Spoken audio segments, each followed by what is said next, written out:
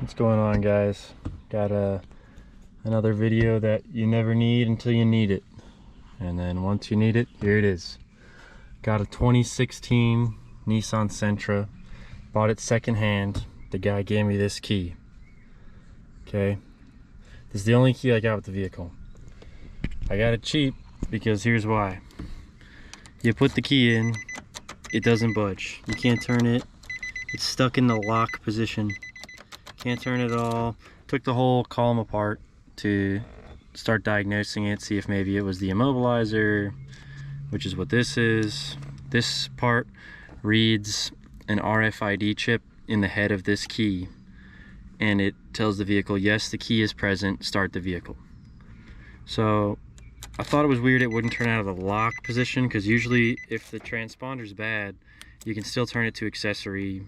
You can still turn it a little bit. So with some help from the forum, I determined that this key was the issue, but not because of the chip in the head. I think the chip in the head is still good, and I got it tested at Ace Hardware and it said it was still good. So anyways, my next order of business was to get a new key cut. Now here's where I made a mistake. I spent $3 at Ace Hardware. They cut me this key, and it also has the same issue. Okay, this led to some confusion, but the key doesn't work. So I'm like, all right, must be the cylinder, right? That's where I was wrong. The way Ace Hardware cuts this key is they take the old one and they trace it and they cut it onto the new one. They have a machine that has a little guide. It goes over the ridges, and the blade also goes over the blank and cuts the key. So any imperfection from this key is mirrored. It gets mirrored to the new key. So basically I have two keys now that will open the door locks just fine, but can't turn the ignition. I'm like, shoot, my car still won't run, okay? Now, with the advice of some people from the forum, what I did was I got this key. I called the Nissan dealership. I gave them the VIN number of the vehicle, and they were able to pull the key code. So basically the information on how to cut this key brand new. And I had to prove ownership of the vehicle. You can't just do this for anyone's car and break in.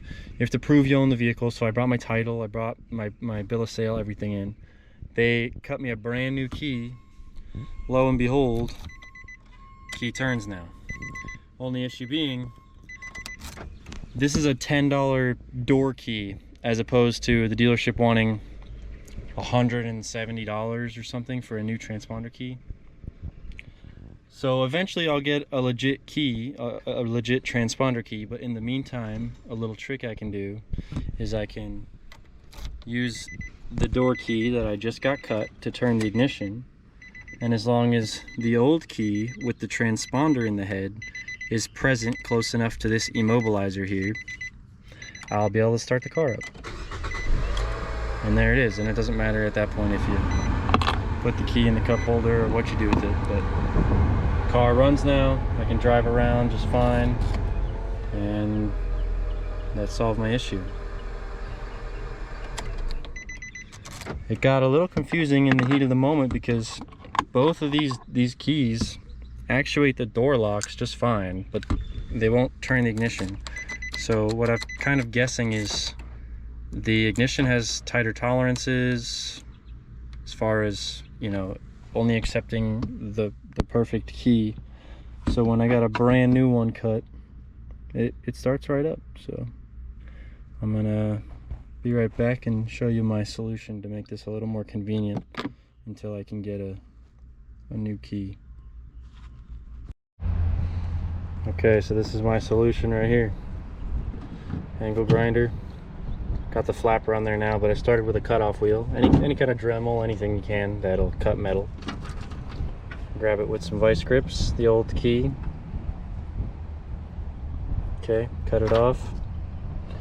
Tape the transponder to the door key, and this is a $10 solution as opposed to $180, which is what Nissan wants. So And it does actually work. This will get the car started for now, and it's not a pain in the ass. I'm not going to lose it. I mean, obviously it's not ideal, but eventually I'll get a new transponder key programmed by Nissan, and I'll bite the bullet. I'll pay the money, or maybe even just get a third-party locksmith to do it. But now I got my spare door key in case I get locked out, and my key that starts the vehicle. So that'll get you going if it's your only vehicle, and that's it.